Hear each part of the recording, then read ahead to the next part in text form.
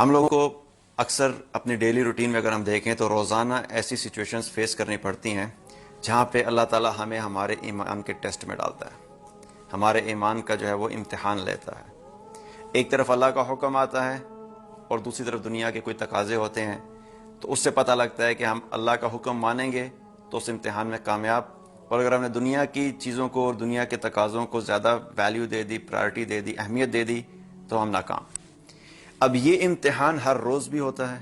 ہفتے میں بھی ہوتا ہے۔ کچھ ایسی چیزیں جس میں روزانہ امتحان ہوتا ہے، مثال کے طور پہ نماز کی اگزامپل لے لیں۔ نماز میں کیا ہوتا ہے کہ ایک طرف حی علی الصلاۃ کی صدا ہوتی ہے، آواز ہوتی ہے، اللہ تعالیٰ کہتا ہے نماز کے لیے آؤ۔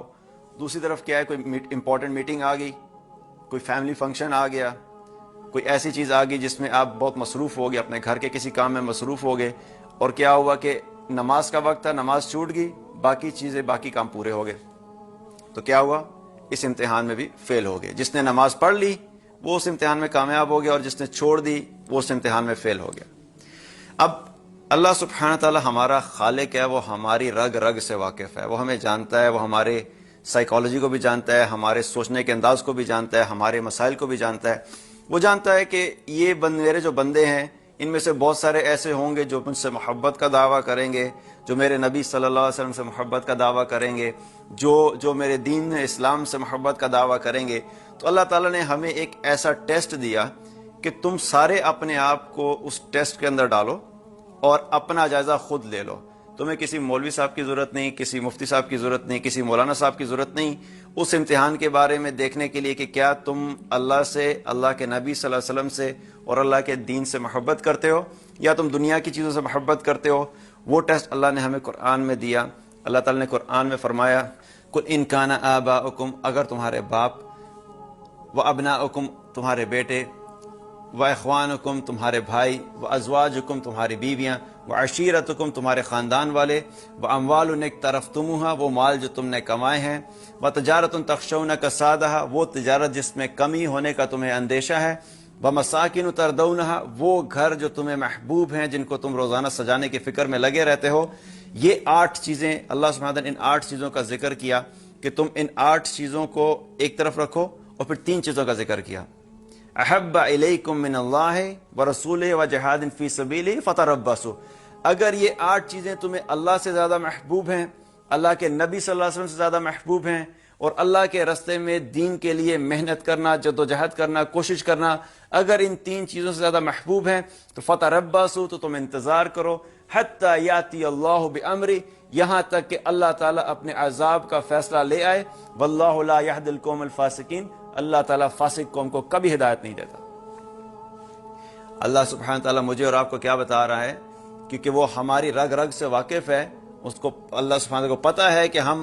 ہمارے لیے کیا چیز امپورٹنٹ ہے اور کیا چیز امپورٹنٹ نہیں ہے۔ اللہ تعالیٰ نے مجھے اور آپ کو یہ ٹیسٹ دیا ہے کہ تم ان 8 چیزوں کو ترازو کے ایک پلڑے میں رکھو، اور ان 3 چیزوں کو ترازو کے دوسرے پلڑے میں رکھو، اور دیکھو جون سا پلڑا بھاری ہے تمہیں خود پتہ لگ جائے گا کہ تم کہاں پہ کھڑے ہوئے ہو، تمہیں کسی اور کو بتانے کی ضرورت نہیں، اپنا جائزہ تم خود لے سکتے ہو۔ اس آیت میں جو لفظ اللہ تعالیٰ نے فتربصوا استعمال کیا نا، اس آیت کے اندر جو سختی اور جو اللہ کی طرف سے ایک دھمکی کا جو پہلو ہے، وہ مجھے اس کا اندازہ کب ہوا، میں ابھی کچھ ریسنٹلی جو ہے عمان گیا ہوا تھا، تو ایک عرب کے ساتھ میں گاڑی میں بیٹھا تو وہ ڈرائیو کر رہا تھا اور وہ مجھے ایک جگہ سے دوسری ڈراپ کرنے کے لیے جا رہا تھا۔ تو جب اس سے میری بات ہوئی دین کے سلسلے میں، تو میں نے اس سے کہا کہ بھئی جس طریقے سے ہم لوگ اپنے دنیا کا کام کرتے ہیں، اللہ سبحانہ تعالیٰ نے ہمیں ذمہ داری دی ہے کہ ہمیں دین کے لیے بھی محنت کرنی چاہیے۔ چونکہ ہم لوگوں نے اپنے دین کے لیے محنت کرنا چھوڑ دی اور ہم دنیا ہی کمانے کے اندر لگ گئے، اور صرف اپنی زندگی کا مقصد یہی بنا لیا کہ اچھا گھر، اچھا مال، اچھی گاڑی، تو اس کو ہم نے مقصد بنا لیا، اللہ کے دین کی محنت چھوڑ دی، تو آج ہمارے حالات اس لیے بھی بہت زیادہ خراب ہیں۔ تو اسی ڈسکشن میں جب میں نے یہ آیت پڑھنا شروع کی اور اس کا میں نے شروع کیا، میں نے قُلْ إِنْ كَانَ آبَاؤُكُمْ وَأَبْنَاؤُكُمْ وَإِخْوَانُكُمْ، اب یہ ساری چیزیں میں نے پڑھنا شروع کی تو وہ سنتا رہا، وہ ڈرائیو کر رہا تھا، یوں بیٹھا ہوا تھا، وہ سن رہا تھا میری بات، اور سنتا رہا۔ جب میں نے فتربصوا بولا نا، فتربصوا، تو وہ ایک دم سے یوں ہو گیا، جیسے کسی کو جھٹکا لگتا ہے نا، الیکٹرک شاک لگتا ہے، وہ چلاتے چلاتے گاڑی یوں ہو گیا۔ تو مجھے کہتا ہے کہ واٹ ڈڈ یو سے، تم نے کیا بولا؟ تو میں تھوڑی دیر کے لیے پریشان ہو گیا، میں نے کہا شاید میں نے آیت غلط پڑھ دی ہے، کیونکہ عرب ہے، ان کی زبان ہے۔ تو کہتے ڈیڈ یو سے فتربصوا، تم نے یہ بولا ہے کہ فتربصوا بولا ہے تم نے؟ میں نے کہا ہاں فتربصوا بولا ہے۔ تو کہتے ہیں یہ قرآن میں لکھا ہے؟ میں نے کہا ہاں قرآن میں لکھا ہے۔ کہتے ہیں تجھے پتہ ہے کہ اس لفظ کی کیا ہیبت ہے، یہ کتنا سخت لفظ ہے؟ کہتے ہیں ہم لوگ یہ عام روٹین میں یہ لفظ نہیں استعمال کرتے، اگر اللہ نے قرآن میں یہ لفظ لکھا ہے تو یہ بڑا بھاری لفظ ہے، بڑا سخت لفظ ہے۔ تو چونکہ ہم خود بھی قرآن کے ساتھ اتنا زیادہ ہمارا ہے نہیں، ہم بھی ترجمہ پڑھ لیتے ہیں، تو ترجمہ تو اس کا یہی آتا ہے انتظار کرو، کہیں بھی آپ پڑھیں گے فتربصوا کا مطلب کیا ہے کہ تم انتظار کرو، لیکن اس کے اندر جو اللہ کی طرف سے جو ایک دھمکی والا پہلو ہے، جو خوف والا پہلو ہے، اور جو اللہ تعالیٰ ہمیں جو سختی کا پہلو ہے وہ بتا رہے ہیں، وہ ان کو سمجھ آئی۔ تو مجھے اس وقت سمجھ آئی کہ یہ لفظ کتنا سخت ہے۔ تو اللہ سبحانہ تعالیٰ ہمیں کیا بتا رہا ہے کہ اگر تمہیں یہ ساری چیزیں زیادہ محبوب ہیں، اللہ سے زیادہ محبوب ہے، اللہ کے دین سے زیادہ محبوب ہیں، اللہ کے نبی صلی اللہ علیہ وسلم سے زیادہ محبوب ہیں، تو تم لوگ انتظار کرو یہاں تک کہ اللہ اپنے عذاب کا فیصلہ لے آئے، اور اللہ فاسق قوم کو کبھی ہدایت نہیں دیتا۔ اب جب ہم اگر اس کو اپنی روٹین میں اس کا جائزہ بھی لیں تو یہ ہمیں اللہ کی اطاعت، اللہ کے رسول صلی اللہ علیہ وسلم کی اطاعت اور اللہ کے دین کے لیے محنت کرنے میں انہی چیزوں میں سے کوئی ایک چیز یا یہ ساری چیزیں ہمارے آڑے آ جاتی ہیں۔ کیوں نہیں کرتے بھائی دین کا کام؟ فیملی ہے، بزنس ہے، مال کمانا ہے، وقت نہیں ہے، یہی ایکسکیوزز ہوتے ہیں نا۔ تو آپ سوچئے تو صحیح کہ جب اللہ کی نافرمانی کرتے ہیں اللہ اس وقت رزق دیتا ہے، تو جب فرما برداری کریں گے تو اللہ رزق نہیں دے گا کیا؟ جب اللہ کی نافرمانی کرتے ہیں، اللہ کے دین کا کام نہیں کرتے، اللہ اس وقت رزق دیتا ہے، تو جب اللہ کے دین کا کام کرنا شروع کر دیں تو اللہ رزق روک دے گا کیا؟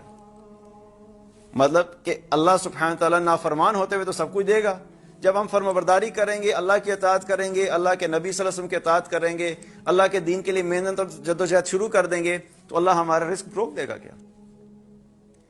تو یہ چیز ہمیں شیطان جو ہے ہمیں بار بار آ کے ورگلاتا ہے کہ دیکھو یہ مت کرنا، تمہارے فیملی والے ہیں، تمہارا مال بھی ہے، تمہارا بزنس بھی ہے، تم اگر دین کے کام میں لگ جاؤ گے تو یہ سب تو چلا جائے گا۔ ایک چیز اپنی زندگی میں یاد رکھیں، اللہ نے میرا اور آپ کا رزق جب ہم ماں کے پیٹ میں تھے نا، ماں کے پیٹ میں، اللہ سبحانہ تعالیٰ نے وہ لکھ دیا تھا۔ دو چیزیں، اور بھی بہت ساری چیزیں آتی ہیں حدیث میں، لیکن دو چیزیں بات کر رہا ہوں۔ کیا لکھ دیا تھا کہ اس کی عمر کتنی ہوگی، جو بچہ پیٹ میں ہے اس کی عمر کتنی ہوگی، جتنی ایج اللہ نے لکھی ہے اس سے ایک سیکنڈ بھی زیادہ یا کم میں اور آپ نہیں رہ سکتے، ایک سیکنڈ بھی اس سے آگے پیچھے نہیں ہوں گے۔ دوسری چیز کیا لکھ دی؟ رزق، اس کو رزق کتنا دینا ہے۔ جب تک زندہ ہیں اللہ نے جتنا رزق لکھا ہے اللہ ایک نوالا بھی کم یا زیادہ نہیں دے گا، جتنا لکھا ہے اللہ پورا کرا کے اس دنیا سے بھیجے گا۔ تو یہ چیز جو فکر ہوتی ہے ہمیں کہ یار ہمارا رزق کم ہو جائے گا، یہ مسئلہ ہو جائے گا، وہ مسئلہ ہو جائے گا، یہ سارے کے سارے فالس ایکسکیوزز ہیں، یہ سارے کے سارے ہم اپنے آپ کو جھوٹے دلاسے دیتے رہتے ہیں۔ اللہ کی اطاعت، اللہ کے رسول صلی اللہ علیہ وسلم کی اطاعت اور اللہ کے دین کے لیے محنت کرنا مسلمانوں کے لیے جب تک اس کی پرائرٹی، اس کی امپورٹنس تمام چیزوں سے زیادہ نہیں ہوگی تب تک ہم اپنے دعوے کے اندر سچے نہیں ہیں۔ اور یہ کام ہمارے لیے کرنا کیوں ضروری ہے؟ اگر ہم اللہ کی اطاعت نہیں کریں گے، اللہ کے نبی صلی اللہ علیہ وسلم کی اطاعت نہیں کریں گے اور اللہ کے دین کے لیے محنت نہیں کریں گے تو اللہ سبحانہ تعالیٰ قرآن میں کیا فرماتا ہے؟ وَإِن تَتَوَلَّوْا يَسْتَبْدِلْ قَوْمًا غَيْرَكُمْ ثُمَّ لَا يَكُونُوا أَمْثَالَكُمْ۔ اگر تم لوگ اس چیز سے منہ پھیر لو گے، تم میری اطاعت نہیں کرو گے، میرے نبی کی اطاعت نہیں کرو گے، میرے دین کے لیے کام نہیں کرو گے، تو اللہ سبحانہ تعالیٰ کیا کہتا ہے کہ اللہ تعالیٰ تمہاری جگہ ایک ایسی قوم کو لے آئے گا جو تمہاری طرح کے نہیں ہوں گے، جو اللہ کی اطاعت بھی کریں گے، جن کے لیے اللہ محبوب ہوگا، جن کے لیے اللہ کے نبی صلی اللہ علیہ وسلم سب سے زیادہ محبوب ہوں گے، جن کے لیے اللہ کا دین سب سے زیادہ محبوب ہوگا، وہ اپنی ذمہ داری بھی نبھائیں گے، وہ اپنا کام بھی پورا کریں گے، اور ان کے لیے ان چیزوں کی پرائرٹی زیادہ نہیں ہوگی بلکہ اللہ اور اس کے رسول اور اللہ کے دین کے لیے کی رسپانسبلٹی اور پرائرٹی وہ زیادہ ہوگی۔ ہم اگر اپنا کام نہیں کریں گے تو اللہ سبحانہ تعالیٰ کو میرے اور آپ کی کوئی ضرورت نہیں ہے۔ اللہ تعالیٰ اپنے دین کا کام کرنے کے لیے اور دین کا کام چلانے کے لیے اس کو میری اور آپ کی ضرورت نہیں ہے۔ یہ میری ضرورت ہے کہ میں اللہ کے دین کا کام کروں، اللہ کی اطاعت کروں، اللہ کے رسول صلی اللہ علیہ وسلم کی اطاعت کروں، تاکہ اس کے نتیجے میں اللہ کی رضا حاصل ہو، اس کے نتیجے میں اپنی ذمہ داری پوری کروں، تاکہ قیامت کے دن جب ہم اللہ کے سامنے کھڑے ہوں تو ہم کھڑے ہو کے کہہ سکیں یا اللہ ہم آپ سے محبت کرتے تھے، آپ کے نبی صلی اللہ علیہ وسلم سے محبت کرتے تھے، آپ کے دین کے لیے محنت کرتے تھے، اور آپ دیکھ لیجئے ہم نے اپنی زندگی میں کیا۔ تبدیلی آنا نہ آنا اللہ نے ہمارے ہاتھ میں نہیں رکھا، نہ ہی اللہ نے ہم سے مانگا ہے۔ ہمیں اللہ نے کیا کہا ہے؟ محنت کرو، تو محنت کرنا ہمارا کام ہے۔ وقت تبدیل ہوگا، حالات تبدیل ہوں گے نہیں ہوں گے یہ اللہ بہتر جانتا ہے، لیکن کوشش کریں گے تو انشاءاللہ اللہ کی رحمت سے امید ہے کہ اللہ تعالیٰ حالات تبدیل بھی کریں گے. لیکن اگر ہم کوشش ہی نہیں کریں گے تو پھر ہم کسی کو بلیم نہیں کر سکتے، صرف اپنے آپ کو بلیم کر سکتے ہیں کہ ہم نے چونکہ محنت ہی نہیں کی تو حالات کہاں سے تبدیل ہوں گے. پاکستان کی کرکٹ ٹیم کا جب میچ ہوتا ہے تو اکثر جب میچ ہارتی ہے ٹیم تو لوگوں کو ہمیں کیا دکھ یہ نہیں ہوتا کہ میچ ہار گئے، دکھ کیا ہوتا ہے کہ بغیر فائٹ کیے ہوئے ہار گئے، مقابلہ ہی نہیں کیا، ون سائیڈڈ میچ تھا. اس چیز کا زیادہ غم ہوتا ہے، اس چیز کا زیادہ دکھ ہوتا ہے. اسی طریقے سے اس وقت دکھ کی بات یہ نہیں ہے کہ ہمارے حالات خراب ہیں، دکھ کی بات یہ ہے کہ ہم حالات کو ٹھیک کرنے کے لیے محنت کرنے کے لیے تیار بھی نہیں ہیں. ہمارے ایٹیچیوڈ کے اندر کوئی تبدیلی نہیں آ رہی،